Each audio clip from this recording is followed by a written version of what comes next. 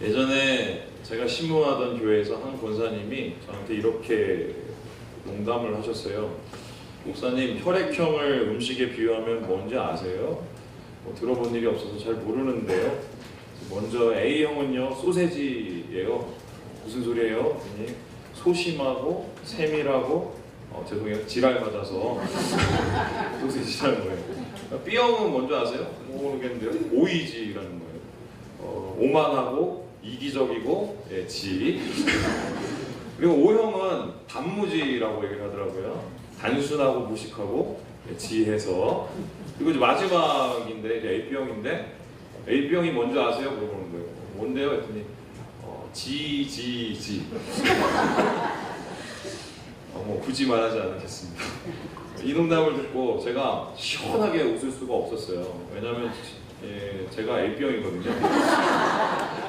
물론 이제 혈액형을 이제 그 성격과 이게 연관성이 있냐 없냐를 가지고 엇갈린 반응이 있지만, 잘 살펴보면 좀 비슷한 면도 분명히 있어요. 뭐 한국과 일본에서만 신봉한다고 하지만은 제 성격만 봐도 참 어느 정도 들어맞는 것 같은데요. 지금껏 살아오면서 제가 제 성격 때문에 만족했던 시간이 매우 짧습니다. 거의 없어요. 가장 힘겨운 것, 제 성격 때문에 가장 힘겨운 이유가 뭐냐면 기복이 너무 심하다는 겁니다.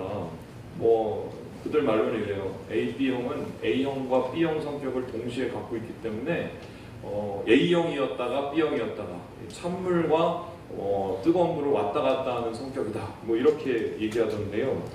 마치 이제 조울증 환자처럼 막 웃고 떠들다가 갑자기 막 우울해지고 조용해집니다. 뿐만 아니라 어떨 때는 사람들과 함께 매우 사교적으로 막 이렇게 활동을 하다가 시간이 지나서 갑자기 사람 만나는 게 죽기보다 더 힘들 때가 있어요. 저조차 감당할 수 없는, 제가 저를 알 수 없는 성격이었습니다. 정말 누구 말대로 속을 도대체 알 수 없는 지지지인데요. 최소한 돌아보니까 30대 중반까지 이 문제 때문에 되게 고민이 많았던 것 같아요. 그런데 문제가 뭐냐면은 신앙적인 부분에서도 이 기복이 너무 심했다는 겁니다. 이 수련회 가서 누구보다도 맨 앞에 앉아서 최고의 은혜를 받아요. 그래서 제가 오늘 드디어 개 탔다 이 정도로 하나님 앞에 최고의 은혜를 받고 또한 최고의 영광과 또한 기쁨을 막 누립니다. 그런데 얼마 지나지 않아서 몇 주가 지나면은 언제 그랬냐 싶게 낭망하고 좌절합니다. 세상의 파도와 부딪혀서 내 안에 있는 부족함과 이 죄 때문에 고민하고 쓰러지는 것이지요. 이런 사람이 몇 번이나 이런 기복을 겪은 사람이 목사가 된 것은 정말 하나님 은혜예요. 그런데 정말 기복 없는 신앙, 흔들리지 않는 신앙, 요동하지 않는 신앙, 저는 진짜 사모합니다. 그런 신앙을 정말 가지고 싶어요. 아마 이것은 저뿐의 얘기가 아닌 것 같아요. 누구보다도 우리 모든 성도들이 바라는 것, 하나님 안에서 언제나 한결같은 신앙 아니겠습니까? 나이가 제가 들면서 조금씩 안정되어 가고 있지만 가끔씩 마음속에 파도가 일면 아직도 감당하기가 힘겨울 때가 많이 있습니다. 그럼 한번 질문해 볼까요? 흔들림 없는 신앙, 기복 없는 신앙이 과연 가능한 것인가? 이 기복이 없다는 것은 상황과 환경의 구애를 받지 않는다는 것인데, 그런 믿음을 가진 사람이 과연 있을까? 근데 오늘 우리가 함께 읽은 본문은 이러한 질문에 대해서 대답을 하고 있습니다. 이렇게 대답을 하는 사람이 누구냐면 바울이라는 사람인데요. 이 사도 바울이 이 기복 없는 신앙이 가능한가에 대해서 질문에 대해 이렇게 얘기해요. 당연하지. 그럴 수 있어. 나는 그래. 라고 얘기를 하고 있습니다. 바울은 본문에서 자신의 믿음에 대해 이렇게 설명을 하고 있는데요. 함께 12절의 말씀을 같이 한번 읽어보겠습니다. 12절 말씀입니다. 시작. 나는 기천에 처할 줄도 알고 흥부에 처할 줄도 알아.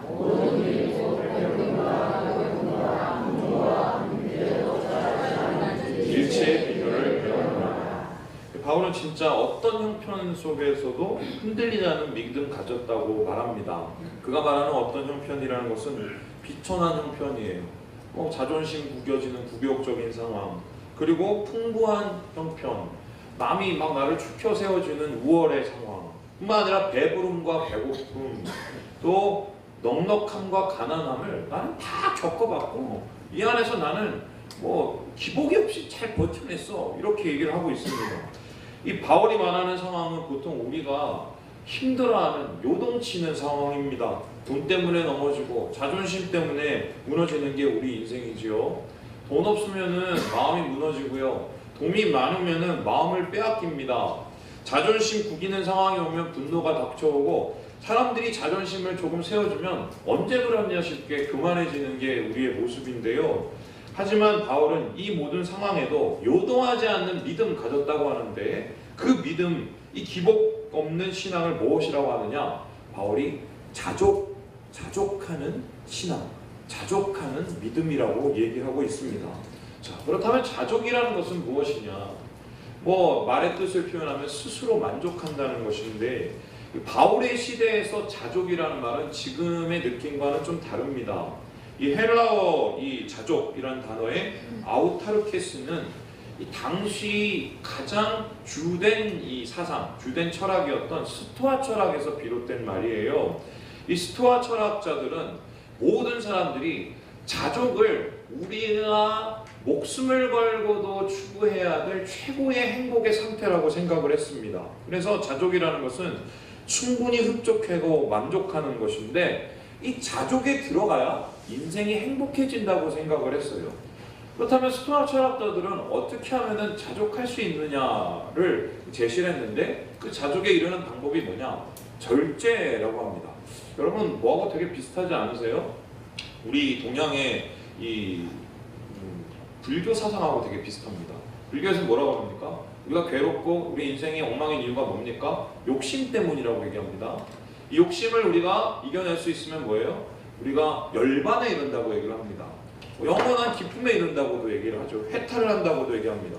이 스토아 철학이 불교 사상과 굉장히 비슷해서 인간의 행복을 방해하는 것을 욕심으로 여겨요. 그리고 이 욕심, 이 모든 감정에 끓는 이 욕심, 욕망을 우리가 의지로 절제로 끊어내야만 이 자족에 이르고 행복에 이른다고 얘기를 합니다. 그래서 스토아 철학자들이 말하는 자족이라는 것은 우리의 의지로 이루는 자급자족의 상태를 말해요. 하지만 본문에서 바울이 그 자족을 얘기하고 있는 것인가? 물론 가장 큰 행복, 가장 영원한 행복에 대해서 말하는 것은 맞지만 스토아 철학자들이 말하는 자족과 바울이 말하는 자족은 차이가 있어요. 스토아 철학자들이 말하는 자족은 자기의 의지와 절제로 이루어내는 것인데 바울은 그게 불가능하다고 얘기하고 있습니다. 왜냐하면 우리가 죄된 존재이기 때문에 아무리 노력해도 욕심을 꺾을 수 없는 존재라고 얘기하고 있어요. 그래서 바울은 어떻게 하면 자족의 믿음을 가질 수 있느냐? 하나님을 의지해야 된다. 나를 의지하지 말고 하나님을 의지할 때 우리가 자족의 상태에 이를 수 있다고 얘기하고 있는 것입니다. 그래서 여기까지는 우리가 예상할 수 있는 답변이지요. 그래, 흔들리지 않는 믿음은 무엇인가? 자족하는 믿음이다. 자족하는 믿음을 어떻게 갖게 되는가? 하나님을 의지할 때 갖게 되는 거예요. 다 아는 거예요. 근데 이제 문제는 지금부터입니다. 어떻게 하면 그 자족하는 믿음, 하나님을 의지하는 믿음을 우리가 가질 수 있냐는 거예요. 어떻게 하면 요동치 않는 믿음을 소유할 수 있는가? 그 방법을 한번 얘기해달라. 이렇게 이제 우리가 물어봐야 돼요. 이에 대해서 바울은 다음과 같이 대답을 하는데요. 우리 11절의 말씀을 같이 한번 읽어보겠습니다. 11절 말씀입니다. 시작. 내가 궁핍함으로 말하는 것이 아니니라. 오늘 바울은 자족에 대해서 얘기하면서 내가 어떻게 자족하는 방법을 믿음을 갖게 되었느냐? 배웠다라고 얘기했어요. 근데 특별히 11절에도 배웠다, 그리고 12절에도 배웠노니 라고 두 번에 강조하고 있는데 이 11절에 나오는 배웠다와 12절에 나오는 배웠다는 좀 다릅니다. 11절에 나오는 배웠다는 뭐냐면 내가 입문했다. 그 자족의 이 믿음을 내가 시작했다, 체득하기 시작했다라는 뜻이고요. 12절에서 말하는 배웠다는 뜻은 처음 입문한 후부터 지금까지 계속해서 그것을 체득하면서 삶의 경험을 통해서 내가 좀 터득하고 있다는 뜻이에요. 그래서 이것을 정리하면 이렇습니다. 요동치 않은 믿음은 자족하는 믿음인데, 이 자족하는 방법을 어떻게 하느냐? 예수님 믿었던 이 다메섹 도상으로부터 지금까지 계속해서 내가 터득해왔다. 그래서 나는 자족의 믿음을 가져왔다고 얘기하고 있습니다. 자, 그러면 이제 문제는 이제 뭐예요? 그래, 좋다. 그러면 당신은 어떻게 배웠어? 나도 그렇게 배우고 싶고 나도 그렇게 갖고 싶은데 그 방법을 좀 더 구체적으로 얘기를 해주와. 이렇게 우리가 질문할 수 있죠. 이러한 질문에 대해서 바울은 자신이 터득한 자족을 비결이라고 얘기하면서 그 비결을 지금 빌립보 교인들에게 설명하고 공개하고 있어요. 그 비결이 무엇인가? 우리 똑바로 한번 읽어봅시다. 13절의 말씀입니다. 13절 말씀 시작. 내게 능력 주시는 자 안에서 내가 모든 것을 할 수 있습니다. 바울이 터득한 자족의 비결, 바울이 터득한 요동치 않는 신앙의 노하우가 뭐냐? 내게 능력 주시는 자 안에서 모든 것을 할 수 있다는, 이것이 노하우라는 거예요. 여러분, 여기서 말하는 이 모든 것을 할 수 있다는 것은, 야, 예수 믿으면 슈퍼맨이야. 봐, 내가 지금 막 독사의 불에 손을 넣어도 물려도 안 죽어. 막 죽었는데도 벌떡 살아나. 이런 뜻이 아니에요. 이 할 수 있다는 말 앞에 다른 단어를 집어넣어야 된다고. 뭐냐면 감당이라는 단어예요. 그러니까 바울이 말하는 이 믿음이라는 것은 뭐냐면, 나는 능력 주시는 자 안에서 모든 것을 감당할 수 있게 되었다. 그 힘을 가지게 되었다라는 뜻입니다. 그렇다면은 이 능력, 바울이 가지는 이 능력은, 모든 것을 할 수 있는, 감당할 수 있는 능력은 다이너마이트 같은 능력인데요. 이 능력 아무나 갖는 게 아닙니다. 또 예수님 믿으려고 교회에 나온다고 이 능력을 갖는 게 아니에요. 그러면 다 갖게요? 그런데 이 능력을 소유하는 조건이 있어요. 우리가 어떻게 하면 이 능력을 가질 수 있느냐? 모든 것을 감당할 수 있는, 자족할 수 있는, 흔들리지 않는 믿음을 가질 수 있느냐? 오늘 여기에 대해서 이제 다 왔어요. 바울이 뭐라고 하냐? 내게 능력 주시는 자 안에서 라고 대답했어요. 무슨 소리냐? 내게 능력 주시는 자 누구예요? 예수님입니다. 예수님 안에 있으면 이 능력을 소유한다는 거예요. 예수님 안에 있으면 이 능력을 소유해서 모든 상황을 이길 수 있고 모든 환경 속에서 내가 극복할 수 있는 요동치 않는 신앙을 가질 수 있다는 것입니다. 특별히 이 말씀 아멘으로 받아들이긴 하지만 사실 좀 김이 빠집니다. 이것도 아는데요? 이것도 아는데요? 아마 속을 이렇게 얘기하시는 분 있을 거예요. 목사님, 그걸 모르는 게 아니죠. 안 되니까 문제죠. 너무 뻔한 얘기 아닙니까? 맞습니다. 저도 동감하고요. 근데 생각을 해보세요. 이 뻔한 얘기를 바울이 왜 빌립보 교인들에게 얘기하고 있을까요? 더구나 이 편지가 쓰여진 배경이 뭐냐면요, 바울이 죽도록 막 에베소 막 여기 데살로니가 돌아다니면서 매 맞고 힘들고 막 고생을 하고 있었어요. 더구나 돈도 막 다 떨어져 갖고 손가락 빨고 있었어요. 그런데 빌립보 교인들이 바울을 억지로 차단했어요. 에바브로디도라는 사람을 통해서 물품을 챙겨 돈을 챙겨갖고 바울의 뒤를 쫓으면서 바울을 만난 거예요. 그리고 그 만난 곳이 어디냐면 감옥이었어요.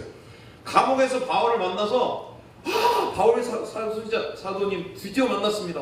이거 받으세요. 이러면서 치약부터 먹을 거며 옷이며 돈이며 이걸 다 꺼내면서 이 바울에게 주고 있는 거예요. 얼마나 고마워요. 그러니까 이 빌립보 교인들에게 감사하고 고마운 심령이 막 넘쳐나는 이 상황에서, 그래, 내가 한번 담대할게. 그 담대가 뭐냐? 믿음의 비결을 가르쳐주마. 내가 능력의 비결을 가르쳐주마. 요동치 않은 신앙의 비결을 가르쳐주마. 그러고 얘기하는 게 내게 능력 주시는 자 안에서예요. 안에서예요. 이 바울의 신학을 공부할 때 결코 쉽게 지나칠 수 없는 단어가 있는데요. 그게 뭐냐면, 우리 따라해 볼까요? 엔크리스토. 다시 해보죠. 엔크리스토. 이 번역하면요, 엔이라는 것은 뭐뭐 안에서고요, 크리스토는 그리스도입니다. 그러니까 그리스도 안에서라는 게 이게 바울 신학의 정수예요. 이 자신의 서신서 중에 총 164번이나 사용을 합니다. 그러니까 얼마나 강조한지를 우리가 예상해 볼 수 있는데, 이 바울이 말하는 그리스도 안에서 엔크리스토라는 것은 무엇이냐면 그리스도에 속하며 예수 그리스도 안에 소유가 되는 것을 말합니다. 하지만 이 엔크리스토는 쉽고도 어려운 얘기예요. 어떻게 그리스도 안에 속하지? 어떻게 그리스도의 소유가 되지? 뭐 이렇게 물어볼 때 상당히 모호합니다. 그래서 이 엔크리스토에 접근하는 방법을 크게 두 가지로 우리가 볼 수 있어요. 첫 번째가 뭐냐면요, 교리적으로 접근하는 거예요. 엔크리스토, 그리스도 안에 있는다는 건 뭐냐면 이신칭의 믿음으로 은혜를 받고 구원을 받는 것이다. 그래서 주의 은혜로 구원받고 믿음을 얻고 하나님의 자녀가 되는 게 이게 엔크리스토다라고 얘기하는 이 교리적인 해석이 있습니다. 굉장히 명쾌하죠. 하지만 뭡니까? 굉장히 딱딱하고 건조하고 이게 마음에 안 와닿아요.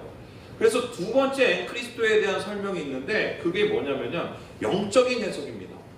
어떻게 하면 그리스도 안에 거할 수 있느냐, 이거에 대해서 다른 한편 학자들은 뭐냐면 신비적인 연합이라고 얘기합니다. 무슨 소리냐, 이 바울이 예수님 앞에 기도를 하고 하나님 앞에 관계를 맺고 하나님 앞에 나아갈 때 신비적으로 그의 안에 예수님이 진짜 임했다는 거예요.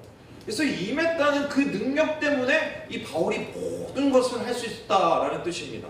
이것은 되게 마음속에 다가오긴 하지만 어떻게 보면 굉장히 이게 뜬구름 잡는 얘기죠. 어떻게 신비적으로 연합해? 뭐 그러면 이게 여러 가지 얘기가 나오니까 되게 뜬구름 잡는 얘기예요. 그래서 이제 우리는 이것을 밝혀야 돼요. 이게 설교의 결론이에요.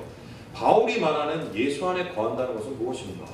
예수 안에 거해야 능력을 받게 되고, 능력을 받게 돼야 흔들리지 않게 되고, 흔들리지 않아야 자족하게 되고, 자족하게 돼야 기복 없는 신앙을 갖게 되는 것인데, 도대체 어떻게 하면 예수 안에 거할 수 있냐는 거예요. 저는 성경학자도 아니고 또한 대단한 영성가도 아니기 때문에 뭐 이 엔크리스토에 대한 설명을 성경학자보다도 못하게 전하고 영성학자보다도 못하게 전할 것입니다. 그래서 제가 지난 3일 동안 이걸 가지고 진짜 고민을 많이 했어요. 예수님, 주님이 얘기해 주세요. 어떻게 하면은 예수님 안에 거하지요? 제가 어떻게 하면 예수님 안에 거하지요? 제가 지금 예수님 안에 거하고 있나요? 이렇게 3일 동안 이렇게 질문을 했어요. 3일 동안 질문을 했는데 오늘 새벽까지 대답을 못 받았어요. 그래갖고 어떻게 했냐면 무릎을 꿇었어요. 이번에는 안 자고 하나님 앞에 무릎을 꿇었어요. 하나님, 예수님 안에 거하는 게 뭔지 좀 가르쳐주세요. 가르쳐주세요.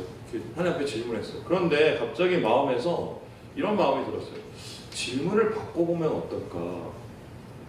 무슨 소리냐? 예수님 안에 거한다는 것이 무엇이냐를 질문하는 게 아니라 어떻게 하면은 예수님 안에 거할 수 있을까라고 생각을 해보는 거예요. 그러니까 예수님 안에 엔크리스토가 무엇입니까가 아니라 어떻게 하면 내가 지금 오늘 예수님 안에 거할 수 있을까? 예수 안에 있을까? 이런 질문으로 아주 구체적으로 하나님 앞에 질문을 해보았습니다. 그런데 생각보다 굉장히 쉽게 결론이 나왔어요. 그래서 여러분과 함께 오늘 이것을 나누려고 합니다. 세 가지로 우리가 얘기해 볼 수 있습니다. 우리 따라해 볼까요? 약속을 붙들면 거할 수 있다. 여러분, 예수님 안에 거할 수 있는 방법이 뭐냐? 예수님의 약속을 붙잡는 거예요. 이스라엘 백성을 특별히 우리는 언약 백성이라고 말합니다. 하나님의 언약 가운데 부르심을 받은 백성이라는 뜻인데요. 우리도 역시 영적인 이스라엘이라고 얘기하지요. 구원을 받았다는 것은 주님의 약속 가운데 거한다는 뜻입니다. 특별히 우리가 그리스도 안에 거하기 위해서 약속을 붙잡는다는 뜻이 무엇입니까? 예수님께서 우리에게 하신 그 약속을 믿는다는 거예요. 여러분, 믿는다는 것은 무엇입니까? 이 성경에 나오는 얘기가 내 얘기로 받아들여지는 거예요. 마태에게 한 얘기, 누가에게 한 얘기, 요한에게 한 얘기, 제자들에게 한 얘기를 내 얘기로 받아들이는 게 이게 믿는 겁니다. 그렇다면은 예수님이 우리에게 어떤 약속을 하셨을까? 구체적인 예수님의 약속을 우리는 세 가지로 설명할 수 있어요. 우리 함께 마태복음 28장 20절 말씀을 같이 한번 읽어보겠습니다. 시작. 내가 너희에게 분부한 모든 것을 가르쳐 지키게 하라. 올지어다. 예수님께서 우리에게 구체적으로 약속하신 게 뭐냐? 영원히 함께 하신다는 약속이에요. 아멘이십니까? 예수님이 영원히 함께 하신다고 약속하셨어요. 특별히 요한복음 15장에서는 이거를 어떻게 표현하시냐면, 너희는 고아가 아니야. 나는 너희를 버리지 않아. 영원히 너희와 함께 할 거라고 얘기를 하셨어요. 여러분, 우리가 예수님의 약속을 붙든다는 것은 무엇입니까? 나와 영원히 함께 하시는 예수님을 붙잡는 거예요. 어느 때나 어느 곳이나, 심지어 내가 가장 연약할 때 죄를 짓고 있는 그 상황 속에서도 바로 거기 예수님이 계신다는 것을 믿는 것입니다.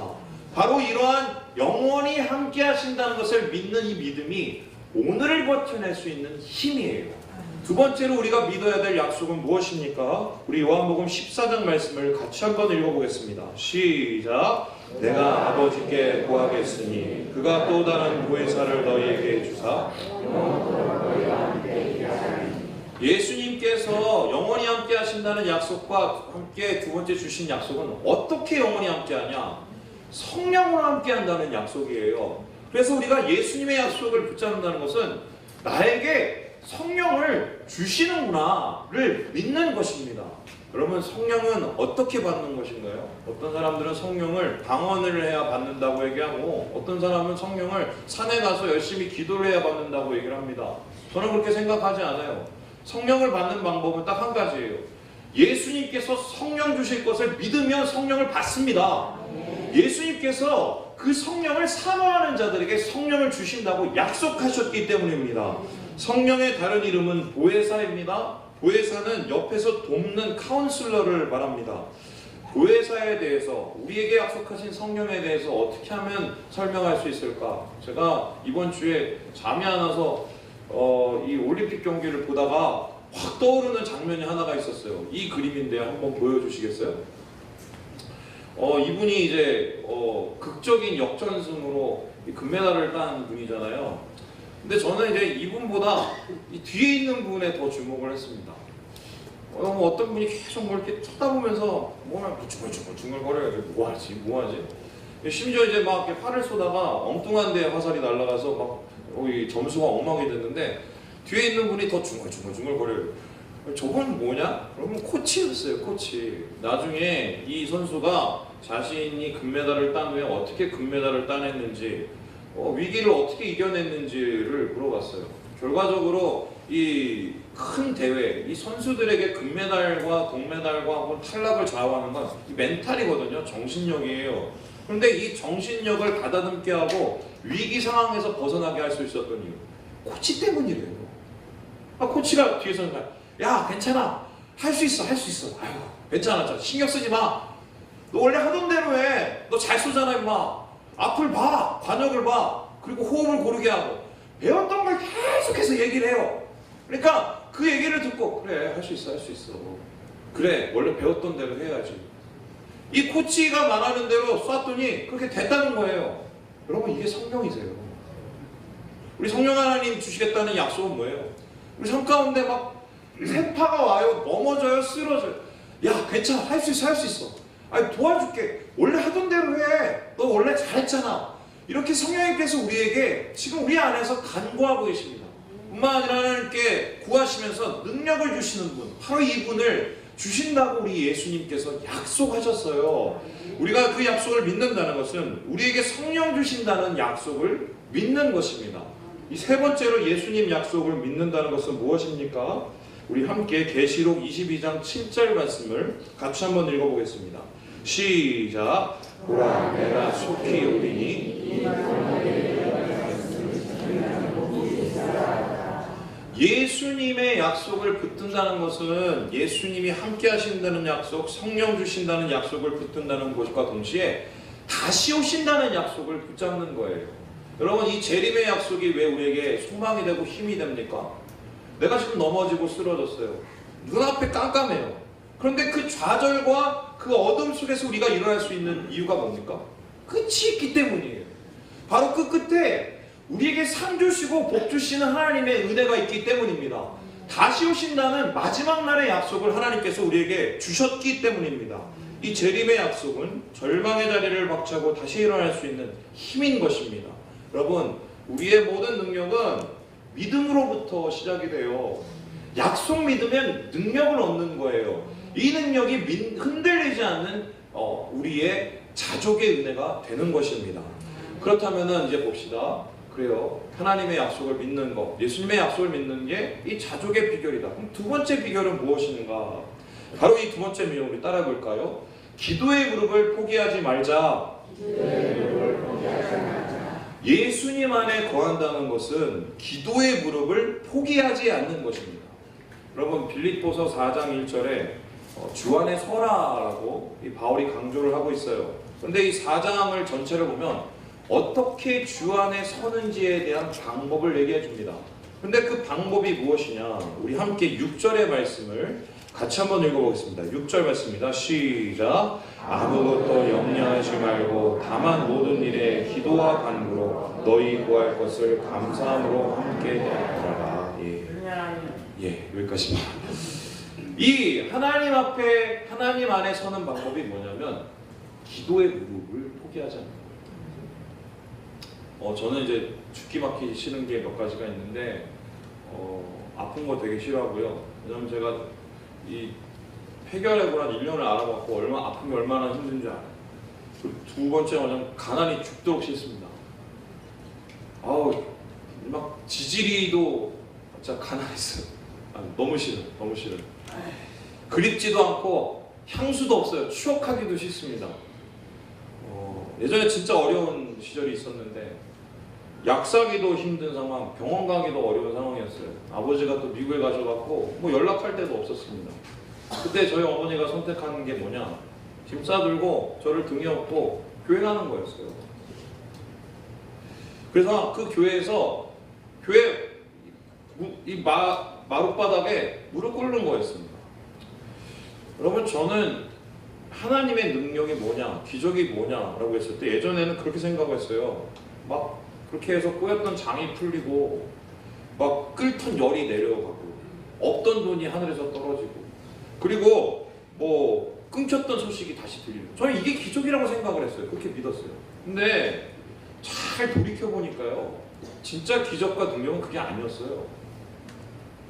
그 어려운 상황 속에서도 하나님께 나아갈 수 있도록 기도의 무릎을 꿇을 수 있도록 그 길을 열어주신 게 기적이었어요. 여러분 기도는 나의 인생이 내 의지로 사는 것이 아니라 하나님 의지함으로 사는 것을 인정하는 행위입니다. 바울이 고난 가운데 깨달은 것이 무엇인가요? 진정한 힘이란 뭔가? 능력이란 뭔가? 고난 끝에 열리는 형통의 길? 아니에요. 바울이 경험했던 능력이라는 것은 무엇입니까? 어려움과 박해와 고난 가운데 여전히 나와 함께 하셨던 주님의 손길이에요. 여러분 지금 한국교회가 잃어버린 것이 능력입니까? 저는 아니라고 생각을 해요. 우리가 잃어버린 것은 능력이 아니라 기도의 무릎이에요. 무릎을 잃어버려서 능력을 잃어버린 거예요. 우리가 진짜 회복해야 될 것, 한국교회가 다시 회복해야 될 것이 무엇입니까?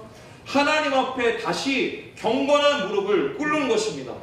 경건한 무릎이 경건한 능력으로 인도합니다. 하나님과의 친밀한 만남으로 인도하는 것입니다. 우리 옆 형제 자매하고 이렇게 얘기해 봅시다. 기도하면 살 수 있습니다. 이 마지막으로 주님 안에서 거할 수 있는 마지막 방법은 무엇인가? 여러분 예수님 말씀대로 행하면 주님 안에 거할 수가 있어요. 우리 함께 우리 9절의 말씀을 같이 한번 읽어보겠습니다. 9절의 말씀입니다. 시작. 너희는 내게 배우고 받고 듣고 본바를 행하라. 그리하면 평강의 하나님이 너희와 함께 계시리라. 오늘 바울은 주님 안에 서는 방법을 기도와 간구에 이어서 두 번째로 뭐라고 얘기하고 있냐면 내게 배우고 받고 본바를 행하라고 얘기를 하고 있어요. 그렇다면은 바울이 가르친 것은 무엇이냐? 바울이 배우게 한 것은 무엇이냐? 예수님이죠. 예수님의 무엇을 가르쳤습니까? 복음을 가르치고 예수님의 가르침을 가르쳤습니다. 예수님의 복음과 가르침을 우리는 계명이라고 하는데 그 예수님의 계명의 최고의 계명이 무엇입니까? 우리 함께 요한복음 13장 34절의 말씀을 읽어보지요. 시작. 새 계명을 너희에게 주노니